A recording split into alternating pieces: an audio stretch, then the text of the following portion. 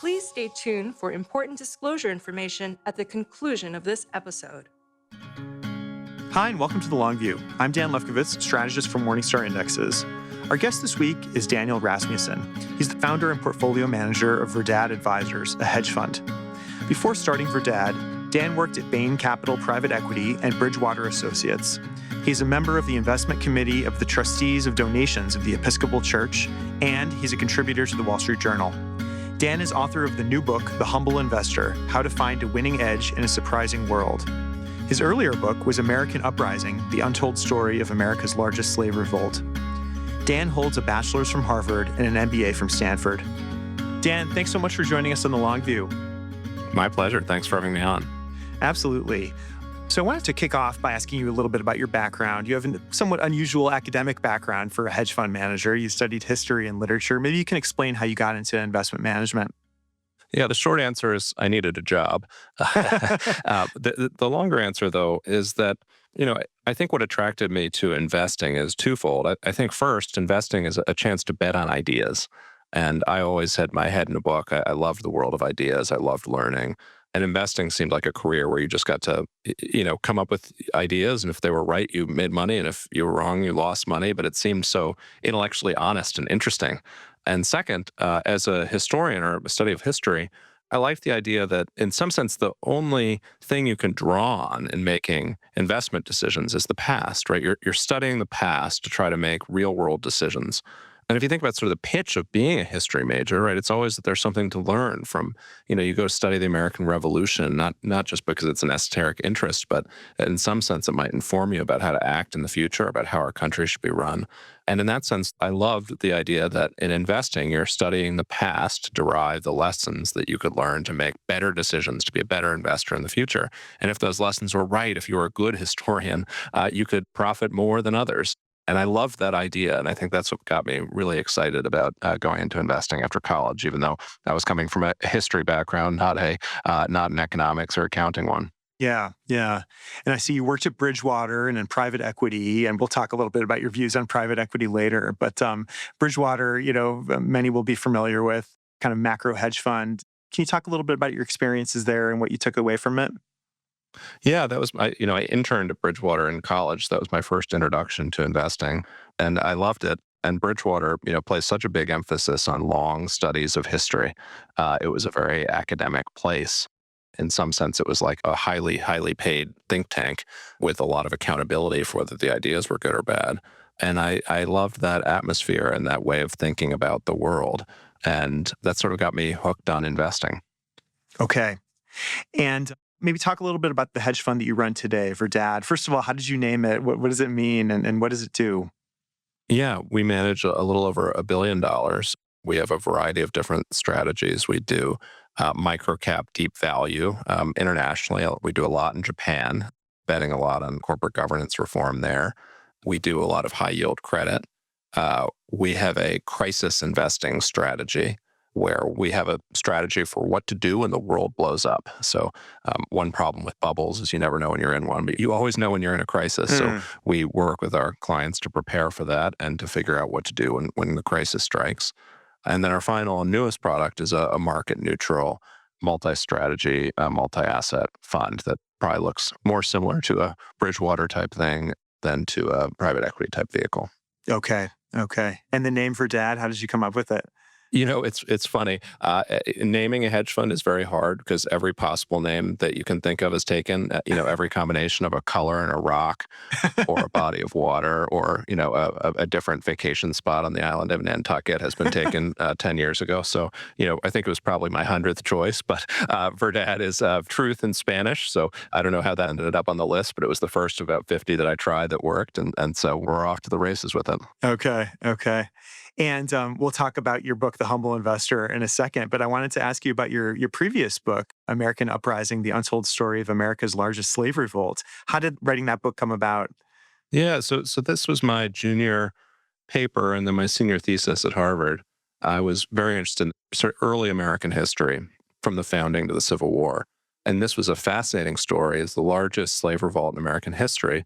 It happened in New Orleans in 1811, but very, very little had been written about it, in part because New Orleans was sort of the fringes of America. It was French, it was Spanish. Hmm. It was only very recently American at the time and very much on the periphery. So very little attention was paid in Washington, which is how the story got lost. But the story of it was incredible. About 500 slaves rose up in the plantations outside of New Orleans, and they marched into the city to try to overthrow it, a sort of reminder of what had happened in the Haitian Revolution. They were defeated. They were either put on trial or executed without trial, and then their heads were chopped off and were put on poles that lined the river, Mississippi River, for miles outside of the city. So it was a really brutal moment in American history, but a fascinating story of resistance to slavery. So interesting. Not many people publish their undergrad thesis, so that's a real credit to you. I think that's the first time that slave revolts have been discussed on this podcast.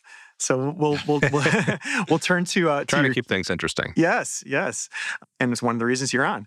So we'll turn to your most recent book, The Humble Investor, which I thought was really, really interesting, very well written. Well, maybe you can talk a little bit about what's behind the title. Why do you think humility is such an important trait for investors?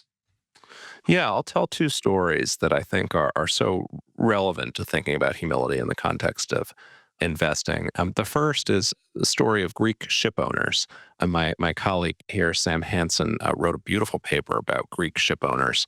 And what it turns out is that when shipping prices are very high and profits are big in the shipping industry, Greek shipping companies go out and order new ships at the South Korean and Japanese shipyards and Chinese shipyards.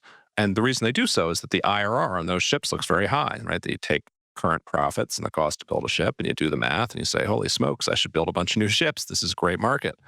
Problem is that it takes 2 or 3 years for the ships to get built. And when the ships get built, the ships arrive, and all of a sudden, shipping prices drop. And all of a sudden, those ships are looking very unprofitable. And there's a down cycle in the shipping market. And the reason for that, they call it competition neglect. And the idea of competition neglect is that all of the Greek ship owners are thinking only of themselves. They're thinking, I see high profits, I'm going to order new ships. And they don't anticipate that all of their peers, all of their competitors are seeing the same high profits and are also ordering ships. And so at that very time, when the ships arrive, there's always a glut of new ships that drives the prices down. That's competition neglect. And I think investing, right, if you think of Fama's brilliant idea of efficient markets hypothesis, right? The efficient markets hypothesis is a wonderful way to think about competition neglect, right? We're always thinking about our analysis. Oh, I think the market's doing this, or I like the stock for that reason. But we're so rarely thinking, do other people like it for the same reason? Or do other people have the same view? So one of my favorite mottos about investing is that investing is not a game of analysis, it's a game of meta-analysis. You can't neglect your competition. You have to be holding efficient markets hypothesis in your mind and considering how your actions are influenced by the same ideas that everyone else's actions are influenced by. And if that's the case, how are your results going to be surprising by virtue of your competitors' actions? And I think the second story, in addition to my Greek shipping story, goes back to World War II. Ken Arrow was the first youngest economist to win the Nobel Prize, and he was in the weather service during World War II. And he was tasked with putting together long-range weather forecasts for the military. And after looking and spending some time on these long-range weather forecasts, he found that these forecasts were terrible, that the weather service had no ability to predict whether it was going to rain a month from now. And so he wrote a memo to his superior officer saying, these forecasts are crazy. We should just use an almanac or some long-term average rather than having us make these silly forecasts. And he received a telegraph from his commanding officer, and it said the commanding officer knows that the forecasts are crap, but he needs them for planning purposes. And I think there's a wonderful lesson in there, because even as we admit that the future is very hard to predict, that it's hard to know, right, that we need to be humble, we need to not neglect our competition, we need to embrace efficient markets theory. At the same time, we also have a need for plans. We have a need for planning, right? For example, you can say, market timing's a bad thing. But on the other hand, we all know that, when you get your paycheck or, when you get some new lump sum to invest or you have to take money out of the market, you're in some sense making a timing decision in the sense that you're having to then decide, well, which of my investments are the best or the worst, or how should I add to them or subtract from them? And no one sort of keeps their investments constant for very, very long periods of time, although they should. And so what we need to think about in that context is not just competition neglect, right? We can't neglect our competition. We can't neglect being cognizant of the efficient markets hypothesis. And we also can't neglect the idea that forecasting is very difficult. And yet at the same time, we need to find a way to deal with uncertainty and to plan for the future. Yeah. And you make the point that there are certain things that are easier to forecast than others. What are some of the things that you determine are unforecastable or just not worth the effort? And what have you determined is easier to forecast? Yeah, so I think the way to evaluate. So first, Philip Tetlock is a famous scholar who was publishing his original work around the time I graduated from college and entered the workforce. So now his ideas are probably familiar to many of your listeners. And his idea was that he wanted to test how good people were at forecasting. And so he ran these huge experiments where he'd give, people in all different fields challenges to forecast events. Will the Soviet Union dissolve next year, and et cetera. Uh-huh. And then he compared the forecast to the actual results. And what it turned out is that, first of all, the forecasts were pretty close to random chance. So, people just weren't very good at forecasting generally. But even more striking, expertise in a field did not make someone better at predicting it. In fact, it only made them more confident, but not more accurate, which is doubly bad. And he went further than that, though, and said, well, what's the definition of a good forecast? How do you approach that? And what he came to is this idea of base rates, right? That you should look at the historical probabilities. And if you say, take an analogous situation, so if you're thinking about, say, is the US going to go to war next year, right? You might take all the years in which the United States had existed, subset to the years when it wasn't at war, and then said, of those years, how many years did it go to war? And that would be your probability. And often that method comes to very different assumptions, right? You might use that method and come to a number like 4% or something like that. Where on the other hand, if you said, well, is the US going to go to war? You'd immediately think, well, Taiwan could get invaded or Russia could attack. And you'd come up with all these salient examples and come up with a number much, much higher than what base rates would imply. And so what you're looking for is to try to identify, use base rates and then identify places where base rates are predictive of outcomes, and where you can develop a model that has some level of predictive accuracy. And so, one area which, for example, is completely unforecastable, obviously, is the direction of the equity market, right? It's impossible to know whether the S&P is going to go up or down next month, or, what the percentage return is going to be on the equity market as a whole. It's just impossible, right? Uh-huh. And it should be intuitively obvious that it's impossible. Nobody can do it. And so we shouldn't even try. And I think if the efficient markets hypothesis holds, right, predicting returns should be next to impossible. Now, there's been some revision in that, and that certain factors do seem to predict returns in the cross-section of equities. And so, we know some things about returns, right? For example, we know that over the long term, stocks have a higher average return than bonds, which have a higher return than cash, right? So we maybe can come up with, long average forecasts that end up being okay. But sort of predicting month over month or day over day variations is a near impossibility. On the other hand, right, if you think about volatility, how volatile is the market going to be next month? And it's not intuitive why people should care about this, but I'll get to that. How risky the market is going to be. That actually is quite predictable. So it turns out that last month's volatility predicts next month's volatility pretty well, and options markets price volatility, and that's a pretty good prediction too. So we can actually know the volatility with some degree of accuracy 1 month out. And another very forecastable thing in markets is the correlation structure. So correlations change a lot. So for example, whether stocks and bonds are correlated or not, it's a series that changes a lot. Sometimes stocks and bonds are positively correlated. Sometimes they're negatively correlated. But you can predict their correlations with a fair degree of accuracy, even more than you can predict volatility. And so now you might be asking, well, why is that useful to me as an investor? Shouldn't all I care about be returns, right? All I care about is returns.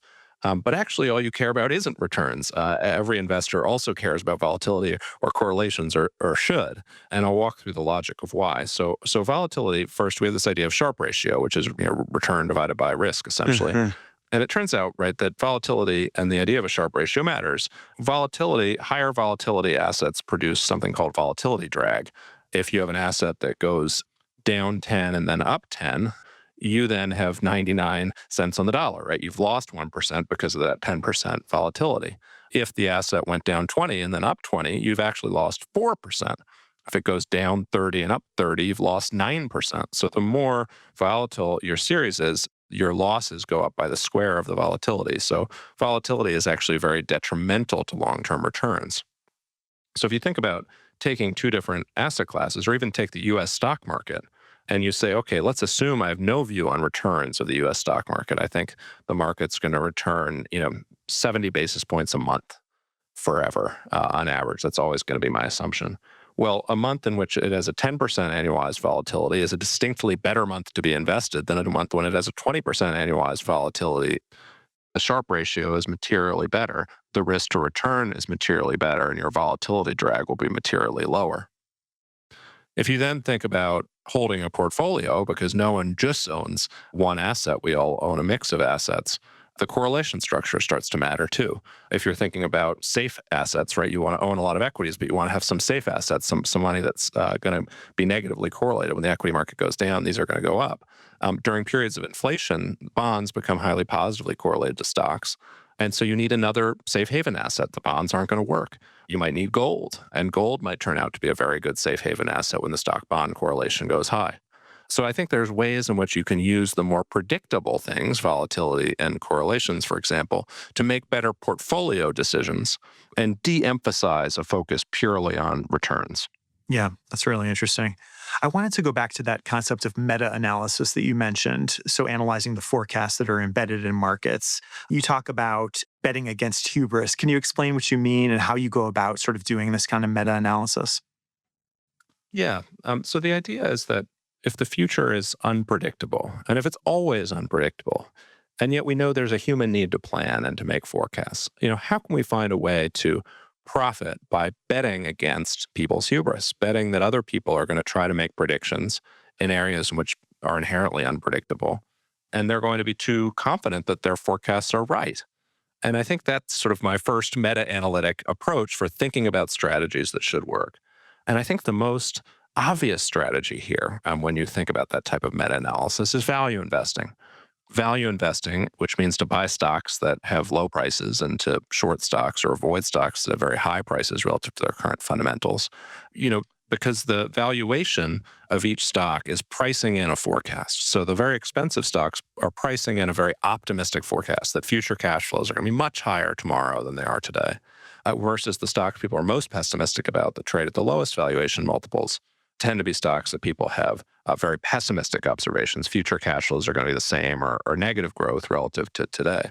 And what that means is that there's a wonderful paper by the folks over at O'Shaughnessy Asset Management called Factors from Scratch that show that when you put these things into motion, what you see is that you take a set of things that are very expensive and a set of things that are very cheap.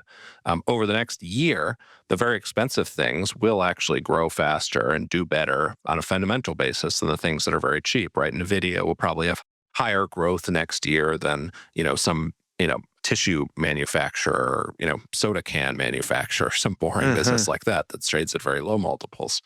But although they have better fundamentals, the expensive companies have better fundamentals 1 year out, those fundamentals often underperform the expectations that are embedded in the valuation multiple. And when you reset that a year from now, after that 1 year of growth or 1 year of decline, the forecast for the following year or the following set of years, which is what then becomes the valuation multiple, is often quite random, right? Yes, we might have a view on 2025 growth, but do we have a view on 2026 growth? Or more importantly, do we have a view of what at the end of 2025, our view of 2026 will be relative to what happened in 2025, right? You're getting into these degrees of complexity that are so hard to anticipate, and so they end up unfolding randomly.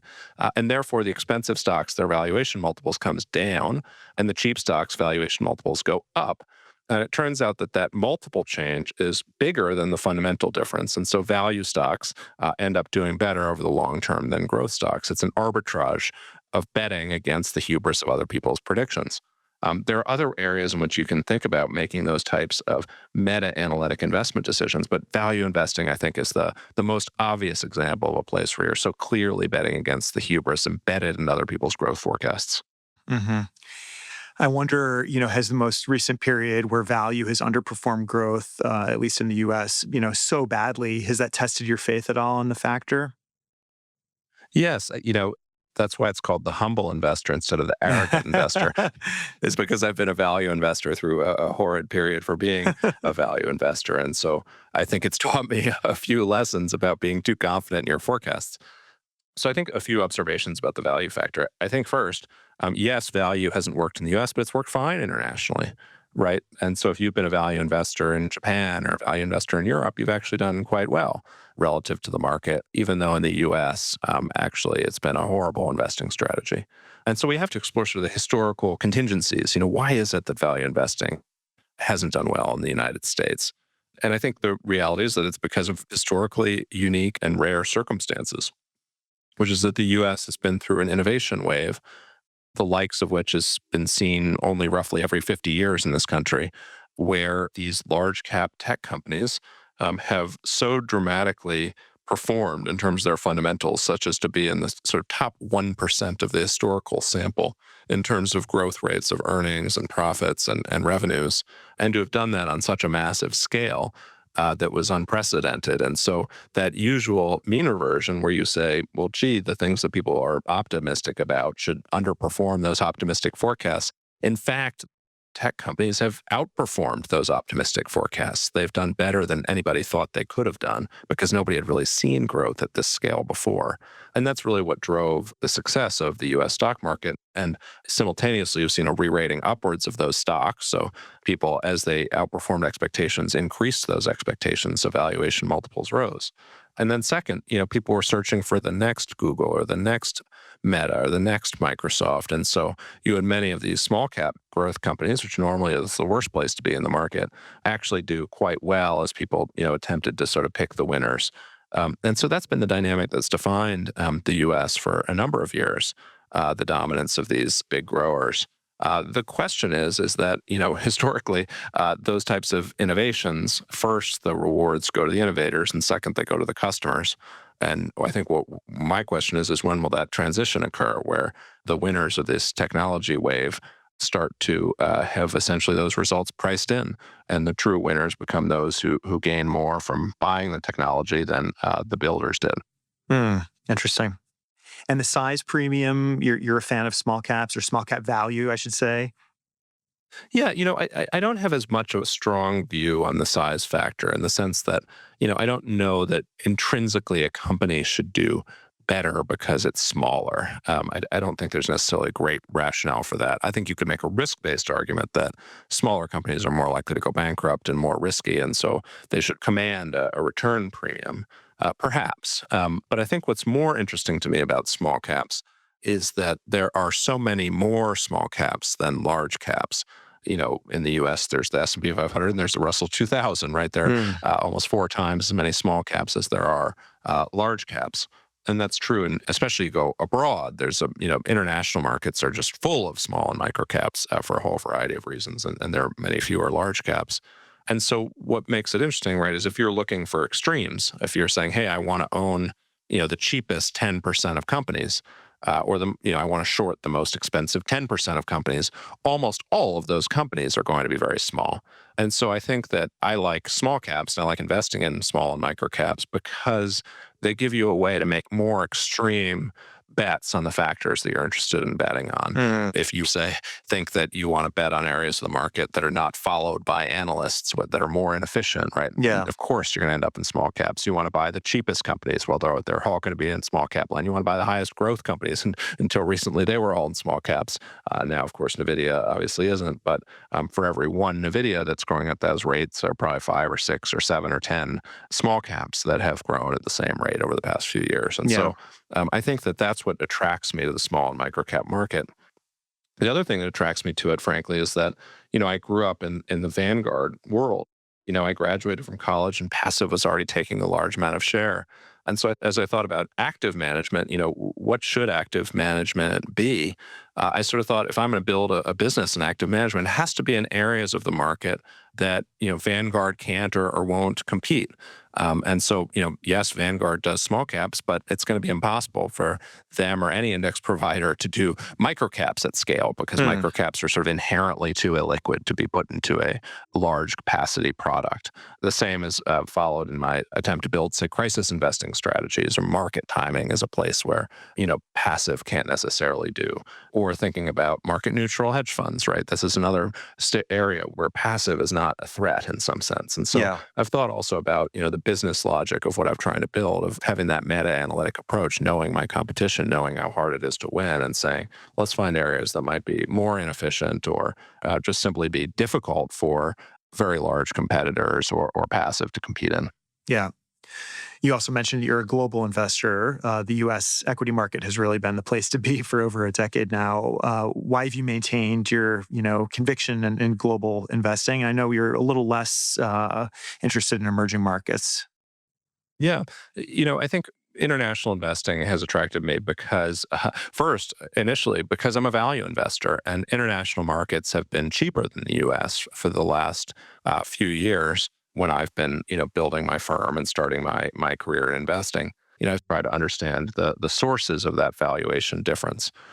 And so what I did is I took all the equity style factors and region and style factors like quality or profitability or growth or utilities and ran a regression that tried to predict valuation. And of course, that regression is pretty good. You can predict what a company is valued at by knowing its growth rate and its sector and its quality and profitability statistics, right? So you have a pretty high-powered regression.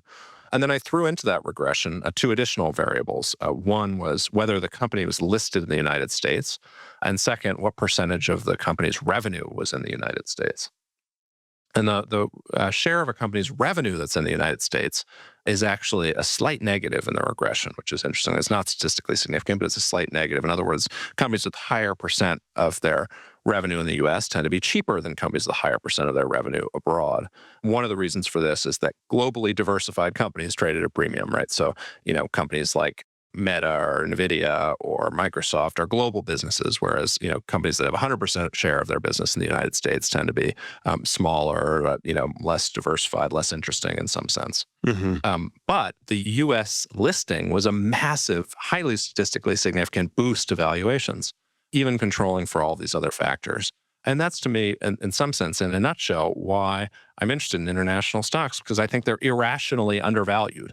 Irrationally in the sense that it's not justified by the fundamentals, any fundamentals I can think of. Yes, there's some percentage of the gap, right? International structurally should probably trade at a 20% discount to the U.S., but it trades at a much bigger discount than that, and that's almost all attributable to this listing dynamic. And that's, I think, what's gotten me excited about international investing. And I think this sort of relates to passive investing, which again is a wonderful thing and a big success for investors. But one of the negatives of passive investing is that most people, when they think about passive, they don't think, the FTSE Mid-Cap Europe Index. They think, no, I'm going to put my money in either the S&P 500 or the Vanguard Total Market Index. And so they end up with an implicit big U.S. bias. And I think that the liquidity that's been driven by that into U.S. markets has been one of the factors that's kept U.S. valuations higher than the rest of the world. And EM, can you talk about your skepticism towards emerging markets? Yes. I think my skepticism towards emerging markets is, I've spent a lot of time studying crises. It's an area of deep interest to me. And one of the things that I would observe is that when developed markets go into crisis, they recover the vast majority of the time. And we're talking in the 90s, right? Certainly in the U.S., we've recovered from 100% of economic crises. You go to other markets like England, 100% recovery rate, et cetera. But you start to go into the emerging markets, and you see not only do emerging markets have about 4 times as many crises as developed markets, but the probability of recovery is meaningfully lower. There are some emerging markets that elect the wrong government. That government seizes all assets, and the market essentially goes to zero and never recovers, which doesn't happen in developed markets. And so my skepticism about emerging markets is simply that our ability to rely on the non-market rule of law and the guarantee of property rights is materially lower than developed markets. And that's what gives me a lot of skepticism about being a long-run buy and hold investor in emerging markets. I think there are times when you want to load up on EM. There are certainly great opportunities in individual equities or certain time periods in emerging markets. But as a long-run buy and hold or as an asset allocation, those property rights questions and the risk, the much higher probability risk of a crisis and the higher probability given a crisis of a non-recovery are what make me quite worried about developing markets. Okay. Well, I wanted to turn to private equity. because I thought your views here were really interesting. You worked in the private equity space as an investor, but you write in your book that private equity is the single biggest mistake that investors are making in markets today. Could you explain what you mean? Yeah, I think that, one of the elements of meta-analysis is to look for correlated beliefs. What are places where everybody seems to agree, but where they might not be right, and where maybe logic and first principles suggest that they aren't right. And private equity is a place where, if you think about the sort of profit share of private equity companies, right? The share of the total aggregate profit created by private firms relative to publicly listed firms, they're probably about 2 to 4% of the aggregate profit pool. Right now, private equity folks will always say, well, there are huge, infinite number of private companies and very few public companies, and so the opportunity set is much bigger outside of the public markets. The problem with that is that the private companies are much, much, much, much smaller than public companies. And it takes, yes, there are thousands and thousands of dry cleaners, but, add up all the dry cleaners in the world, you don't even get to one Facebook, right? So, the number of companies doesn't matter. It's the aggregate profit share. And that's, again, quite small, right? Private equity deals are microcaps generally. The median market cap is less than 200 million, about $180 million. And again, microcaps as a corner of the public equity market are tiny, tiny, tiny, right? Single digit percentages. And yet you're seeing very sophisticated investors, endowments, foundations, even pension funds, putting 40% of their money in private markets, right? This is a massive, massive overweight of microcap companies in their portfolios. So first of all, right, there's a flood of money, an excessive amount of money relative to the opportunity set flowing into this space. The second part is around risk, right? If there's one thing we know about really small companies is that they're distinctly more risky than large companies. They're more likely to go bankrupt. They're less diversified. They're more volatile. And the next thing that we know is that private equity deals are levered, right? They borrow a lot of money. And so, you're looking at levered companies, very levered companies that are very small. You're looking at a very, very, very risky set of companies. And so to take, 40% of your portfolio and put it in these very small, very levered, very risky companies is a very, very risky decision to do. Now, if you're going to take that risky decision, you must have a view that private equity is going to somehow dramatically outperform public equity markets for you to take on this incremental risk. And by the way, incremental illiquidity. But I would argue that it's unreasonable to have that assumption for a few reasons. I think one is that the valuations today in private equity are actually higher than public markets. It doesn't always look like that from the statistics, but what the statistics that are quoted are often missing is that private equity reports pro forma numbers, pro forma EBITDA. Pro forma EBITDA is often very different from GAAP, if there was a GAAP concept of EBITDA, but the way public companies would calculate EBITDA. And so those adjustments are often about a third of the difference. And so what you're seeing is these very inflated valuations in private markets funded by massive amounts of borrowing from private credit, and with allocators putting huge percentages of their endowments or pension funds into this asset class. And by the way, they're doing so at very high fees and with illiquidity.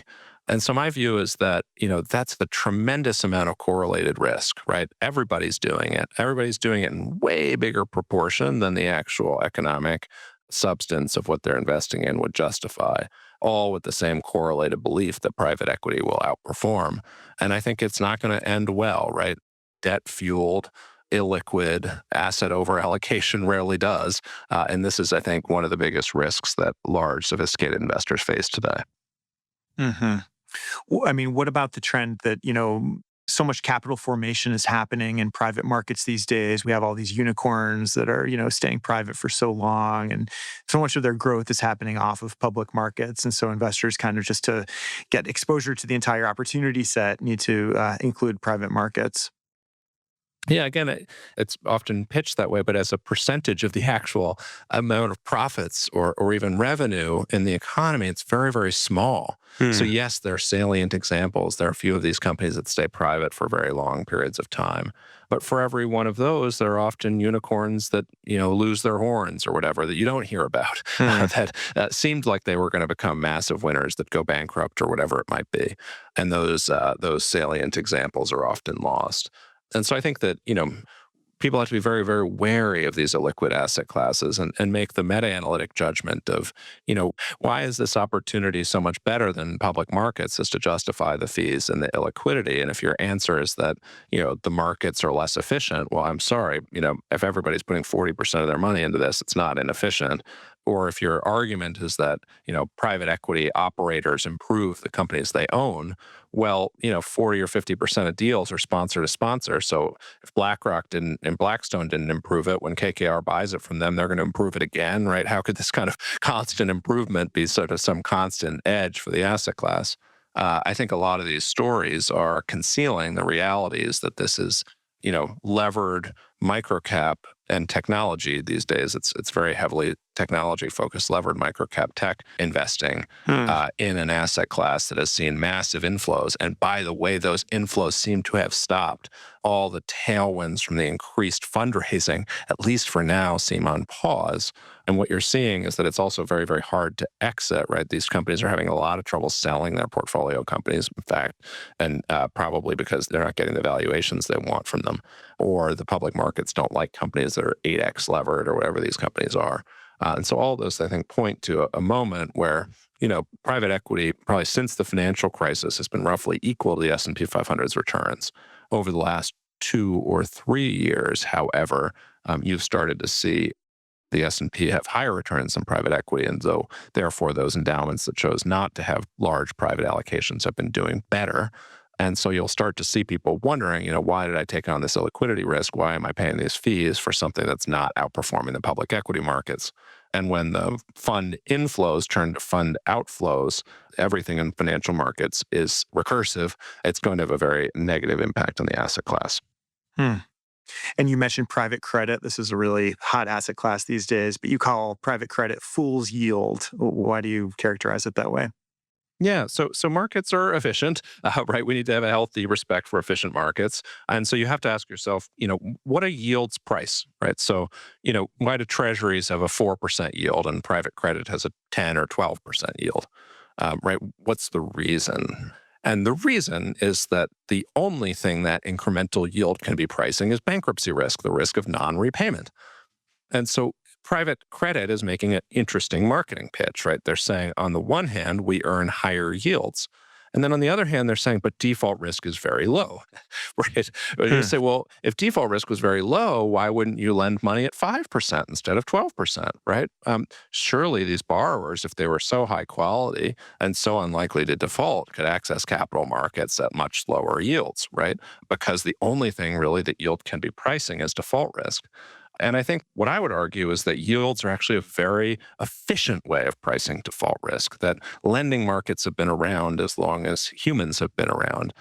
There are wonderful series, like Moody's has great lending data back to like the 1920s, where you can see the default rates of all different companies by every different statistic. So the idea of that pricing the yield at which you should lend to a company is a new field, or that there's been innovations, is probably a hubris. And rather, we should have a healthy respect that most likely yields are efficiently pricing default rates. And what we've actually found by looking over the last, call it 30 years of market history, is that yields are not returns. Returns are yields minus default rates. What you've seen is that as you go from AAA, treasuries, up to about double B bonds, sort of the fallen angel range, where a company like Ford, for example, today might sit. As yields go up, returns also go up. So realized returns are higher for triple B corporates than for U.S. Treasuries over long periods of time, right? You're earning some incremental risk by taking on corporate credit risk, which makes sense. But after about that double B point, yields go up and returns go down, because essentially people don't really have as good of a handle, a 25% yield. You really don't, it's very hard to price the default risk. You're just sort of saying, well, it's a really high default risk, so I really need a really high yield. But it ends up being that most often the default rates exceed that money, in part because people are just attracted to high yields. They think they're going to earn it, which is why I call it fool's yield. And there are enough idiots that are willing to lend at that rate that it pulls down the end total returns. You can see this across so many wonderful examples like Lending Club, where people were lending at 25% yields and earning 5% results, where they could have lent at 5.5 to GM and earn 5.5 back rather than lending at 25 and getting a 5% return. Yeah. And so I think the problem with private credit, right, is that I think it's a classic case of fool's yield. These are risky borrowers. You just haven't realized the risk yet. And when you do, you're going to do it all at the same time, which is what happens in default cycles. And you're going to realize why all of these companies had to borrow at 12%, right? The sort of a Venn diagram of high quality companies that are never going to go bankrupt and companies that have to borrow at 12% is virtually non-existent. And that's because, again, lending is such an inefficient market. And of course, the private credit books are telling you this themselves in some sense. They're saying, well, the banks thought this was too risky. And I sort of say, well, if the banks thought it was too risky, it's not like, those guys at Goldman are really like shrinking away from great profit opportunities. There must have been a reason they thought it was too risky. And most likely it's that the banks had been around for a few cycles and private credit really emerged after the big financial crisis. You mentioned the level and trend of high yield spreads as a predictive tool. Can you talk about how you came to discover that and, exactly how you use it? Yeah, I like to say the high yield spread is the best macroeconomic indicator. And by the way, you can test this in any different variety of asset classes or ways you want to look at it. And you'll find that when you're trying to predict returns, and again, predicting returns is a very noisy, hard problem, in terms of macroeconomic variables that are going to give you insight, the level and direction of the high yield spread is a pretty darn good one. And it's a pretty darn good one because high yield spreads, which measure the difference between the yield on risky high yield borrowers or below investment grade borrowers and the equivalent duration matched treasuries, are first of all, they're measuring how lenders perceive bankruptcy risk, which again, bankruptcy risk is pretty efficiently priced. And so when that yield spread starts to rise, it means that lenders are getting more pessimistic about the likelihood of bankruptcies. But high yield spreads are cool in another way, in that those spreads are also a self-fulfilling prophecy.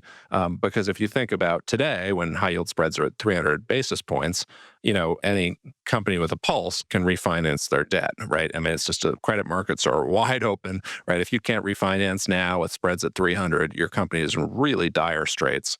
But when spreads go out to 700 basis points over, it's really hard to refinance. Only the best companies can get access to credit, which means if you're a mediocre company that needs to refinance and are having a liquidity crunch and spreads are at 700, I'm sorry, but you're going to go bankrupt, right? You're going to have to default, right? Whereas in an environment like tonight, you could extend and pretend. And so there's an element in which spreads are self-fulfilling. They play a role in exactly the phenomenon they're trying to predict. And that's, I think, why they're such a wonderful macroeconomic indicator, because they're not just an indicator. They have predictive power because they are themselves an important variable in the economy. And so you can see that spreads are predictive across a wide range of things. When spreads are very wide, which is true in times of crisis, what you see is that the forward returns to taking on liquidity risk are very high, right? So if you're willing to go buy smaller microcaps, when spreads are very high, wide, you do very well. Interestingly enough, momentum as a phenomenon is very dependent on high yield spreads. When spreads are very tight, momentum does really well. When spreads are really wide, momentum reverses and reversals actually work well. So there are all these interesting factor type relationships that are very dependent on high yield spreads, not to mention different asset classes, right? Like high yield spreads are a very good predictor of economic growth. Oil is very dependent on economic growth. When high yield spreads start to widen, oil sells off. When spreads come in, oil prices go up. There are all sorts of interesting macroeconomic relationships that are predicted by the high yield spread, which is why I think investors, especially in liquid markets, should watch this spread very closely. Extend and pretend. I like that one. I'll have to use that. Well, crisis investing is something you've mentioned. You have a strategy at Verdad that's focused on that. Can you explain exactly how it works? Yeah. So we define a crisis as a period in which high yield spreads go above 600 basis points. And you might be unfamiliar with spreads, but you'd not be unfamiliar with every one of the periods in which high yield spreads have crossed 600 basis points. Recently it's during COVID. Then before that, in 2015-16, when the shale oil boom turned into a bust. Before that, the Eurozone debt crisis, the great financial crisis, the 2001 technology bubble bursting, right? Those are the periods. These are big moments in economic history when spreads have gone above 600 basis points. And so I like crises because, again, everybody knows when you're in a crisis, right? There's no controversy like with bubbles where, are we in a bubble or not? Who knows? You know when you're in a crisis, right? And so you can take these moments and say, hey, do things happen differently during crises, right? Are returns differently? Like, what should I do in a crisis? And you think it's also the moment of max behavioral pain, right? Crises are the moment where everyone's saying, well, maybe I should sell all my stocks and go to cash or, right? I mean, people make horrible decisions during these times. And so the idea was, why don't we plan? Let's come up with a plan of a crisis strikes, right? And, if you go back to 2008 or March of 2020 or any one of these periods, what would you have wanted to buy, right? Let's say you had cash, you had bonds and cash, you had some safe assets. And so you could have gone and bought stuff. What should you have bought? And is what you should have bought the same across all of these crises? And so can we derive lessons for the next time a crisis comes rather than saying, oh, gee, I'm going to go to cash and I'm going to panic and, I'm going to be destroyed by all my behavioral biases. Instead, you come in and say, well, gee, I prepared for this. I know exactly what I'm going to do. I'm going to go buy X, Y, and Z. Well, what are X, Y, and Z? And so I spent, 2 years studying that question and came to some really interesting conclusions. One is that factors, equity factors, have about 4x as much predictive power during crises, right? So because there are so many behavioral biases at play, these systematic, rational ways of making decisions work better. And specifically, what you see is that size, value, and negative momentum work very powerfully in crises. So if you think about when a crisis happens, liquidity gets withdrawn from the market. Think of it like a beach, right? The tide goes out, and the percentage of reduction of water is greatest at the shallowest parts of the beach and the least at the most liquid portions of the beach. And markets are like that too. When liquidity gets withdrawn, small and micro caps get absolutely destroyed, mid caps get less destroyed, and large caps are even less affected. Now, when the flood comes back, when the tides come back in, the exact reverse happens, right? Large caps benefit a little bit from the return of liquidity, but they were never that at risk of losing their liquidity. Mid caps benefit a little bit more, but small and micro caps, it's just like I can breathe again. There's liquidity again, right? Oh my gosh, then the market totally reprices those things upward. So liquidity, when high yield spreads go really wide, which high yield spreads measure in some sense the cost of illiquidity, buying really illiquid things in public markets ends up very profitable. Similarly, value, right? Things that are very cheap or become very cheap, unsurprisingly, offer the best returns out of a crisis. And you can think of that as, the problem that most people make is trend extrapolation. And so they tend to say, well, the things that have been the worst hit are going to be the worst, if this recession or crisis continues, are going to go to zero. And the things that haven't been hit as bad are going to be fine. And so what happens during a crisis is that there's this, huge spread where some things get really cheap and other things, aren't anywhere near as affected. And if you can go buy the really cheap things, which are often also the really illiquid things, when all of a sudden the market comes back, right? And revenues were down 10 and now they're up 20 in order to get back to normal. Profits were down 50 and are now up 100, right? Those stocks that you bought that were the very cheap ones are often the ones that have actually the highest growth coming out of the crisis, which is counterintuitive because they're also the place where the reversals are happening. And again, reversals are another one where the stock that's down 90 to get back to where it was prior to the crisis, has to go up 10x, whereas the stock that was down 50 only has to go up 2x. And so, the stocks that are really beaten up end up doing much better coming out of a crisis when you control for bankruptcy risk and quality. And so a lot of what I write about is how to take advantage of these crises and how to plan for them. And in some sense, I think, beyond even specifically targeting these things that are the most profitable during crises, I think I encourage every investor to take a moment and think about, what am I going to do when a crisis strikes? Because it's inevitable that one will. And I think it's, again, the time that people make the biggest investing mistakes because they're not prepared. And so having a plan, and ideally a plan to go on offense and to buy when others are selling, is, I think, the best and most sophisticated thing an investor can do when contemplating the macroeconomic conditions. That's interesting. Do you worry at all in writing a book like this, Dan, that you're kind of giving away your secret sauce?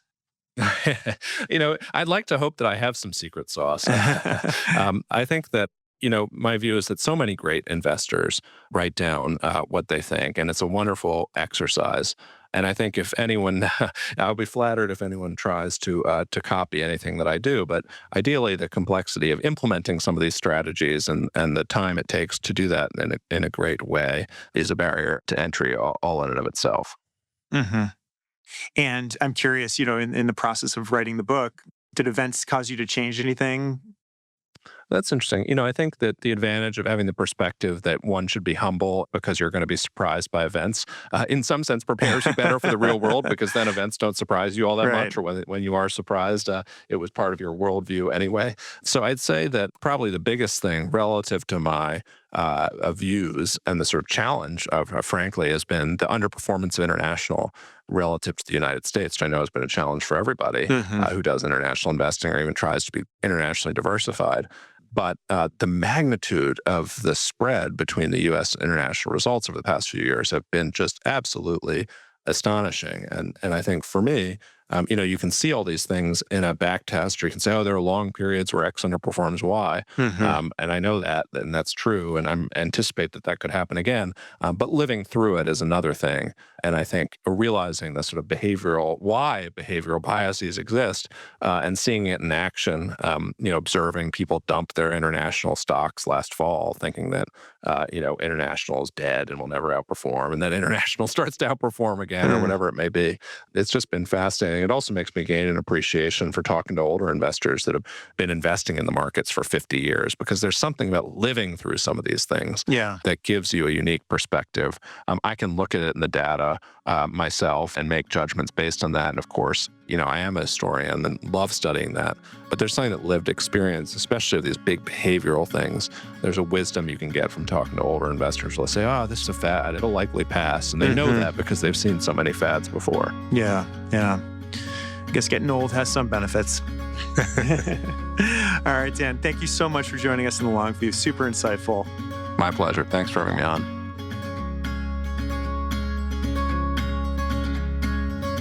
Thank you for joining us on the Long View. If you could, please take a moment to subscribe to and rate the podcast on Apple, Spotify, or wherever you get your podcasts.